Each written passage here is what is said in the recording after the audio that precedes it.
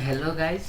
तो आज हम देखेंगे कि डायनेमिक प्रोग्रामिंग क्या है, हमें डायनेमिक प्रोग्रामिंग क्यों यूज़ करनी चाहिए, एंड मोर इम्पोर्टेंटली अगर हमें कोई प्रॉब्लम दिया हुआ है तो हम कैसे आइडेंटिफाई करें कि उसमें डायनेमिक प्रोग्रामिंग लग सकती है कि नहीं, और अगर डायनेमिक प्रोग्रामिंग हम लगा सकते हैं तो हम उसे कैसे लगाएंगे, how will implement the dynamic programming. So चलिए देखते हैं कि डायनेमिक प्रोग्रामिंग क्या है। तो अगर आपसे कोई पूछता है कि डायनेमिक प्रोग्रामिंग क्या है, तो आप उसको सिंपली बता दो कि dynamic programming is optimisation over recursion. It is important. क्या है डायनेमिक प्रोग्रामिंग? है रिकर्शन का ऑप्टिमाइजेशन। तो क्या करते हैं हम डायनेमिक प्रोग्रामिंग में? डायनेमिक प्रोग्रामिंग में हम जो भी हमारी सब प्रॉब्लम्स है उसका रिजल्ट स्टोर करते हैं कहीं पे। हम रिजल्ट स्टोर करते हैं। क्यों? क्योंकि जब कभी in future the same problem, जब हमें फ्यूचर में सेम प्रॉब्लम आएगी तो उसको हम फिर से कैलकुलेट करने की जगह हम सीधा उसको उधर से रिट्रीव कर सकते हैं, सीधा वैल्यू उसकी फैच कर सकते हैं। तो डायनेमिक प्रोग्रामिंग क्या है? It is optimisation over recursion. So कैसे? तो मान फॉर एग्जाम्पल लेट्स से हमारी एक प्रॉब्लम है। क्या इट इज डायनेमिक प्रोग्रामिंग क्या है? It is optimisation over recursion. मतलब कि हमारी ये क्या हो गई, रिकर्सिव प्रॉब्लम। तो वो क्या उसके रिकर्सिव कॉल्स होंगे, मान लीजिए कि ऐसे उसके रिकर्सिव कॉल्स है। क्या है इसके? रिकर्सिव कॉल है। तो जब भी हम कोई सब प्रॉब्लम, ये सारी उसकी सब प्रॉब्लम्स है, ये सब प्रॉब्लम्स है। तो जब भी हम कोई सब प्रॉब्लम सॉल्व करेंगे हम उसका वैल्यू स्टोर करा देंगे। मान लो कि हमने ये प्रॉब्लम सॉल्व किया तो उसकी वैल्यू हमने स्टोर करा दी। मान लो इधर से आ गया 5, और मान लो कि ये जो प्रॉब्लम है वो सिमिलर है इस प्रॉब्लम से। तो जब भी हम इन फ्यूचर ये प्रॉब्लम आएगी, हमें जब भी इन फ्यूचर ये प्रॉब्लम आएगी, हम क्या करेंगे, instead of calculating the results हम सीधा यहाँ से उसकी वैल्यू लेके इधर डाल देंगे और इधर से रिटर्न करा देंगे। So in simple word dynamic programming क्या है? It is optimisation over recursion. तो भैया हम डायनेमिक प्रोग्रामिंग क्यों यूज़ करते हैं? तो डायनेमिक प्रोग्रामिंग हम क्यों यूज़ करते हैं, तो उसका सिंपल सा आंसर है कि जो ये सब प्रॉब्लम्स है उसको कैलकुलेशन कॉस्ट बहुत ज़्यादा होता है। It is too expensive to calculate this सब problems again and again. So ये हमारा जो है टाइम सेव करती है, टाइम सेव करती है। सो वो basically it decreases the time complexity and ये it is drastically decrease the time complexity like some exponential to some polynomial time।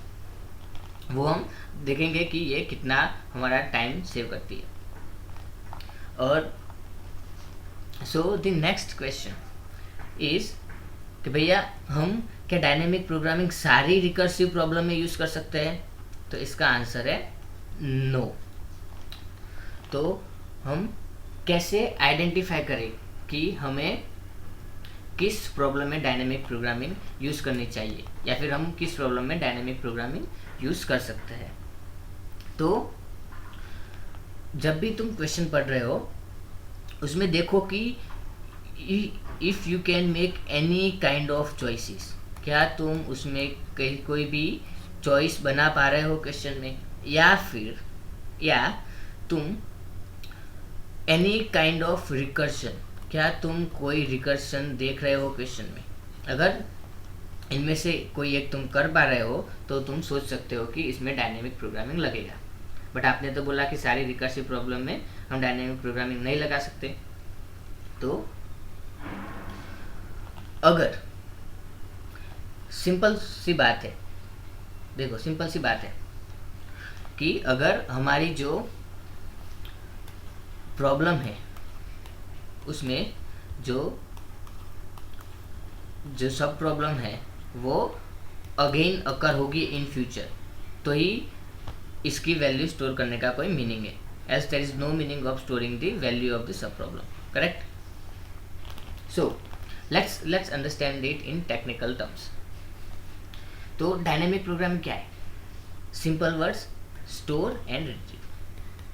क्या है? Store and retrieve.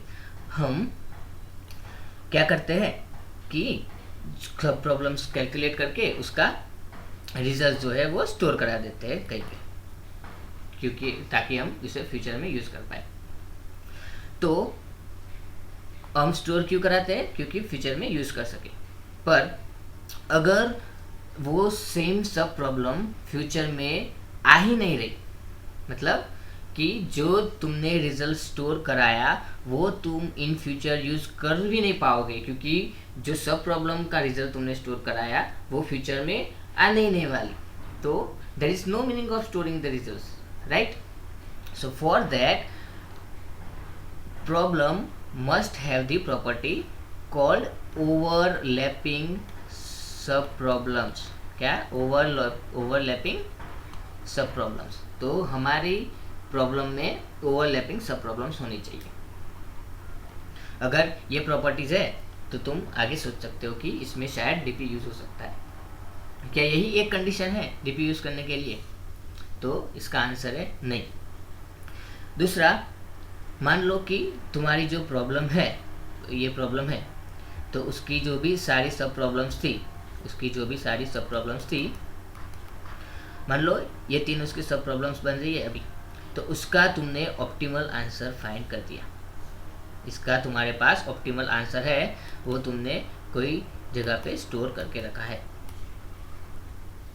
इन तीनों का आंसर तुम्हारे पास है। तो अब तुम्हारा नेक्स्ट स्टेप क्या होगा? अब आगे क्या करोगे तुम?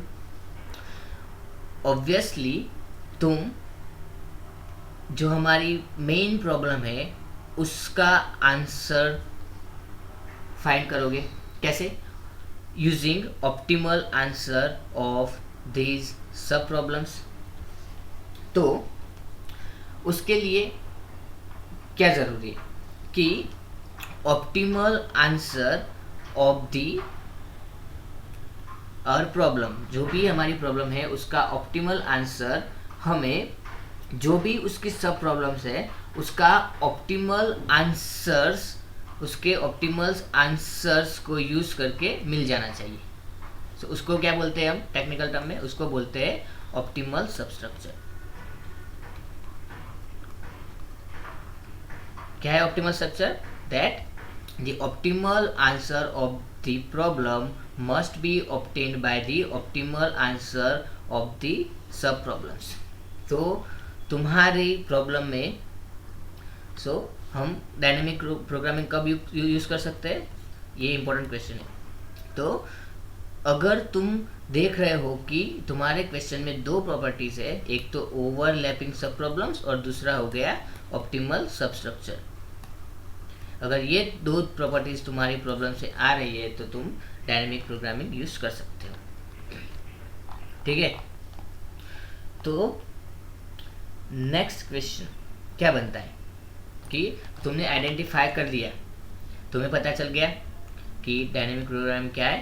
डायनेमिक प्रोग्रामिंग है स्टोर एंड रिट्रीव।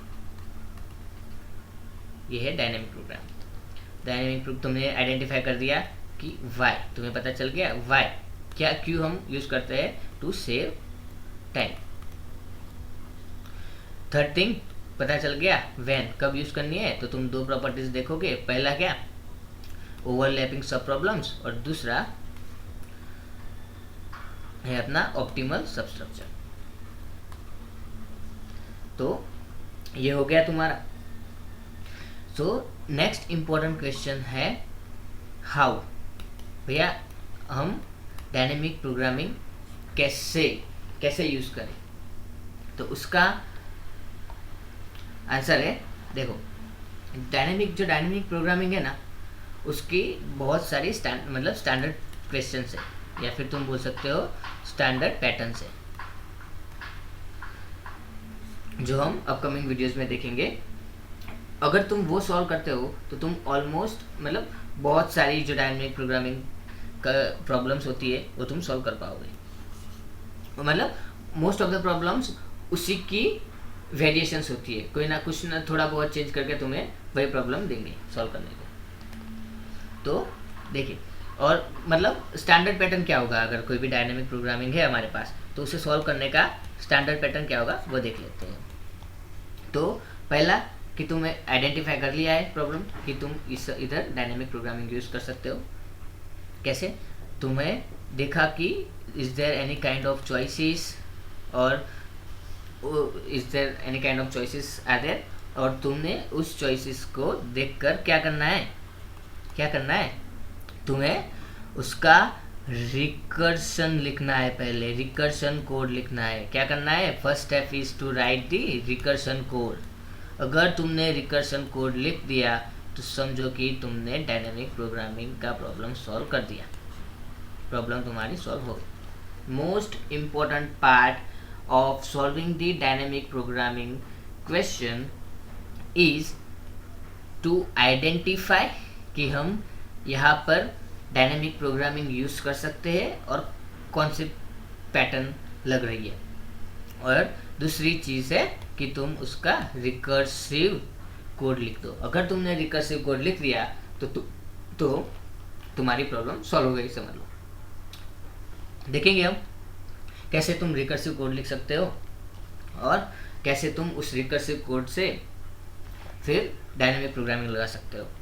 अभी डायनेमिक प्रोग्रामिंग में तुम दो तरीके से लगा सकते हो। एक तो तुम्हारा हो गया टॉप डाउन अप्रोच, जिसको तुम बोल सकते हो मेमोराइजेशन, और सिमिलरली दूसरा तुम्हारा हो गया बॉटम अप अप्रोच, जिसको तुम बोलते हो tabulation. So first when ever you find the recursion, पहला तुम्हें क्या करना है, रिकर्सिव कोड, रिकर्सिव फंक्शन या फिर रिकर्सिव सब ट्री, वो तुम फाइंड कर लोगे पहला। अगर तुम्हारा ये हो गया, एक बार तुमने फाइंड कर लिया, तो तुम्हें क्या करना है, फिर उसका मेमोराइजेशन लिखना है। कैसे लिखना है वो हम देखेंगे अभी। फिर अगर एक बार मेमोराइजेशन हो गया तो तुम्हें फिर उसका टेबुलेशन कैसे लिखना है वो सोचना है। तो ये 3 स्टेप में तुम डायनेमिक प्रोग्रामिंग प्रॉब्लम सॉल्व करोगे। ठीक है, let's take one example. Okay, एक एग्जांपल लेते हैं। मान लो कि let's take a standard problem which is a Fibonacci problem. Okay, so Fibonacci problem क्या है, f of n equals to f of n minus 1 plus f of n minus 2। क्या है कि f of n की value तुम्हें last 2 term है उसका add करने से तुम्हें मिलेगी। ये है फिबोनाची नंबर। तो इसका तुम रिकर्शन कैसे लिखोगे? तुम्हें इधर से दिख रहा है कि ये f फंक्शन है, f वो इंटरनली खुद ही को कॉल कर रहा है, f को ही कॉल कर रहा है। मतलब क्या, तुम्हें यहाँ पर रिकर्शन हो रहा है। तो देखते हैं इसका, पहले हम रिकर्सिव कोड लिखते हैं। तो मान लीजिए हमारे पास है जो है वो हमें इंटीजर रिटर्न कर रहा है, let's say function name is Fibonacci. So क्या करेंगे हम, पहले हम रिकर्शन में क्या करते हैं, पहले हम बेस केस लिखते हैं कि अगर n की वैल्यूज़ ये आती है, मतलब हमारे केस में है n लेस देन और इक्वल्स टू 2, n अगर 1 है या फिर 2 है तो हम क्या रिटर्न करेंगे 1, तो उसकी फिबोनाची वैल्यू क्या होती है 1, सिंपल। अगर ऐसा नहीं है तो क्या नेक्स्ट क्या करेंगे हम, तो अगर n की वैल्यू 2 से बड़ी है तो हम क्या करेंगे कि वैल्यू फाइंड करेंगे कि क्या वैल्यू हो सकती है। कैसे फाइंड करेंगे, फॉर्मूला है हमारे पास Fibonacci of n minus 1 plus Fibonacci of n minus 2। उसी फंक्शन को हम कॉल कर देंगे, एक मतलब उसके 2 प्रीवियस टर्म को हम कैलकुलेट करेंगे, फिर उसका सम करके हमें वैल्यू मिल जाएगी, और हमें वैल्यू मिल गई तो हम उसको रिटर्न करा देंगे, रिटर्न वैल्यू। तो ये हमारा हो गया रिकर्शन। तो भैया रिकर्शन तो हो गया, हम इसको डायनेमिक प्रोग्रामिंग में कैसे कन्वर्ट करें। तो क्या बोला था मैंने, पहले तुम्हें रिकर्शन लिखना है, फिर उसका तुम्हें मेमोराइजेशन में कन्वर्ट करना है। अभी हम देखेंगे कैसे मेमोराइजेशन में हम इसको कन्वर्ट करेंगे। तो मेमोराइजेशन क्या है कि हम जो भी वैल्यू हमें मिलती है, जो भी रिजल्ट हमें मिलता है, जो भी सब प्रॉब्लम हम सॉल्व करते हैं रिजल्ट मिलता है, उसको हम स्टोर करेंगे। तो उसके लिए हमें क्या चाहिए, मेमोरी चाहिए। सो जैसे सो हियर हम इधर हम मेमोरी इनिशियलाइज कर देते हैं। जैसे हमारी है, लेट्स से इसको बोलते हैं डीपी कह देते हैं इसको। ये हमारा डीपी है जो हमारा 1 से लेके n तक जो है स्टोर करता है।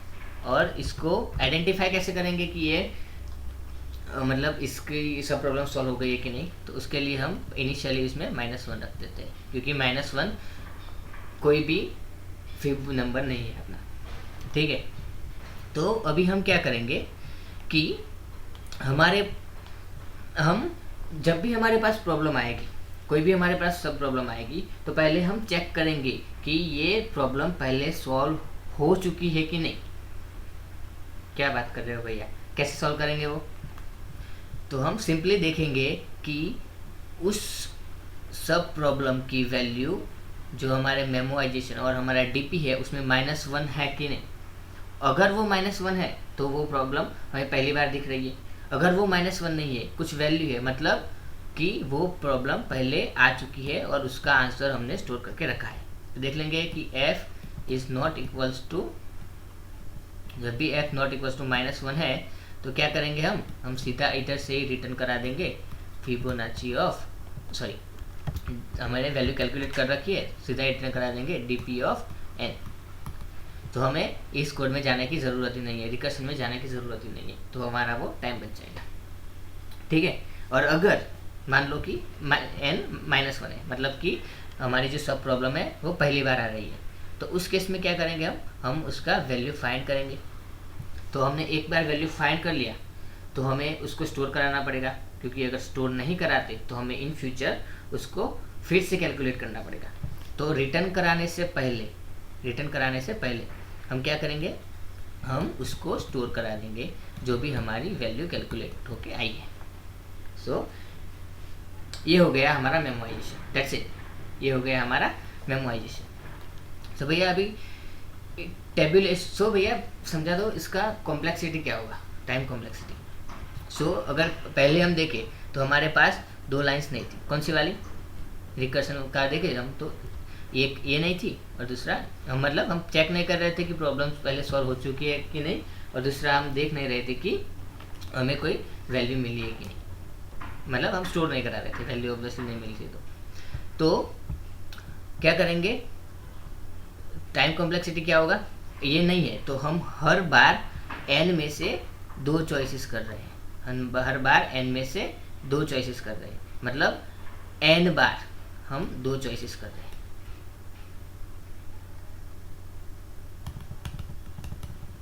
तो इसका टाइम कॉम्प्लेक्सिटी क्या होगा, एक्सपोनेंशियल 2n।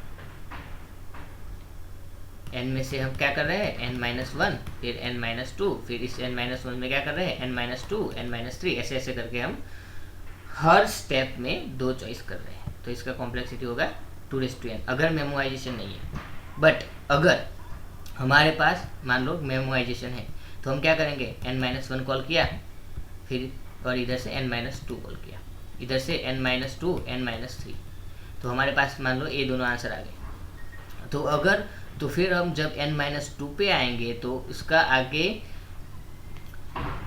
सब प्रॉब्लम्स कैलकुलेट करने की जगह हम क्या करेंगे, सीधा इधर से ले लेंगे रिजल्ट। तो फॉर ईच n क्या कर रहे हैं, हम n के लिए आंसर ढूंढ रहे हैं, n-1 के लिए आंसर ढूंढ रहे हैं, n-2 के लिए आंसर ढूंढ रहे हैं, मतलब हम n टर्म्स के लिए आंसर ढूंढ रहे हैं। तो इसका टाइम कॉम्प्लेक्सिटी क्या होगा, ऑर्डर ऑफ n, क्योंकि देयर आर n सब प्रॉब्लम्स और उसका हम ऑर्डर ऑफ 1 में ही आंसर ढूंढ ले पा रहे हैं, समझ गए।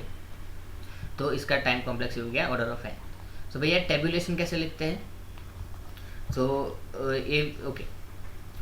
हम टेबुलेशन लिख देते हैं।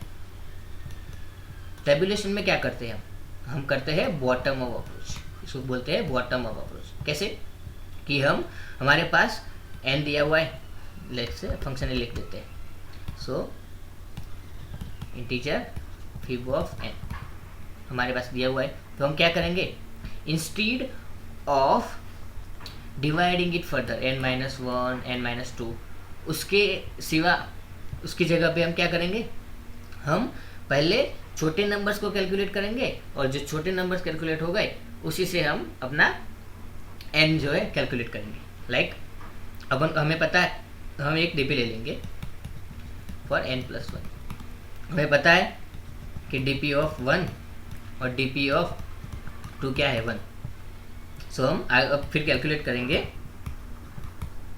कि जो हमारा i है वो 3 से लेके कितना n तक, और हम सब में लिखेंगे कि dp ऑफ n क्या हो, dp ऑफ i क्या होता है, प्रीवियस दो टर्म्स का सम क्या हुआ, dp of i-1 plus dp of i-2 हो गया, दैट्स इट। तो हमें बाद में लास्ट में हम क्या करा देंगे, dp ऑफ n को हम रिटर्न करा देंगे। तो भैया बट अगर मान लो कि n की वैल्यू 1 है या 2 है तो उस केस में क्या करेंगे, तो उसके लिए हम एक एच केस लिख देते हैं कि if n is less than और इक्वल टू 2, तो हम सीधा इस तरह से रिटर्न करा देंगे 1। तो ये हमारा हो गया टेबुलेशन। सो इसका टाइम कॉम्प्लेक्सिटी क्या होगा देखते हैं। तो इधर हम एक ही फॉर लूप चला रहे हैं, कहाँ तक, n 3 से लेके n तक, मतलब ऑर्डर ऑफ n, समझ गए। सो अगर हम फिबोनाची देखें, फिबोनाची नंबर्स प्रॉब्लम देखें, तो हम क्या कर रहे हैं, तो हम अगर टाइम कॉम्प्लेक्सिटी कैसे डिक्रीज हो रही है देखिए। तो पहला हमारा सॉल्यूशन था रिकर्सिव, दूसरा हमारा था मेमोराइजेशन, तीसरा हमारा था टेबुलेशन, ये हमारे हो गए डीपी। सो इसमें किसने टाइम कॉम्प्लेक्सिटी आ रही थी, हम हर स्टेप में दो सब प्रॉब्लम्स सॉल्व कर रहे थे, तो 2n आ रही थी। इसकी क्या, इन दोनों की क्या आ रही थी, हमारी ऑर्डर ऑफ n आ रही थी। तो आप देख सकते हैं कि एक्सपोनेंशियल से लीनियर टाइम कितना ऑप्टिमाइजेशन कर रहा है। So this is why we use the dynamic programming. So that's all for this video. Next video में हम देखेंगे कि कौन कौन से स्टैंडर्ड प्रॉब्लम्स है, और हम 1 बाय 1 हर प्रॉब्लम्स को सॉल्व करेंगे, और उससे कौन कौन से वेरिएशंस के क्वेश्चंस बनते हैं वो भी हम देखेंगे, ठीक है। तो लाइक शेयर सब्सक्राइब कर देना। Thank you.